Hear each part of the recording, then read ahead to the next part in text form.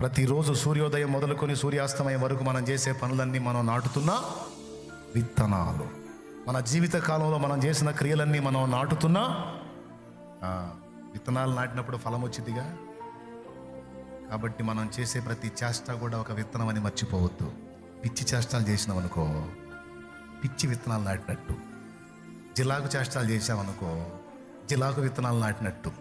అప్పుడు ఆ టైపు పంటనే ఇకేం లేదు ఇక అయ్యిద్ది. కాబట్టి మనం ఏమి ఎత్తుతున్నాం? కుళ్ళుపోతూ బుద్ధితో అవతరాల మీద అసూయతో దరిద్ర పనులు దరిద్ర విత్తనాలు విత్తామనుకో సేమ్ మనకు అయ్యే వస్తాయి. ఇంట్లో రాసి పెట్టుకో ఇప్పుడు ఈ లెటర్స్. ప్రతిరోజు నీవు చేసే క్రియలు, నీవు నాటుతున్న విత్తనాలు, నీవు ఏ విత్తితే ఆ పంటనే కోస్తావు కనుక సాధ్యమైనంత వరకు ప్రతిరోజు మంచిని, మేలుని, ప్రేమని, విశ్వాసాన్ని, సత్క్రియలను విత్తండి. ఖచ్చితంగా ఆ ఫలాన్ని కోస్తారు. చెడును విత్తారనుకో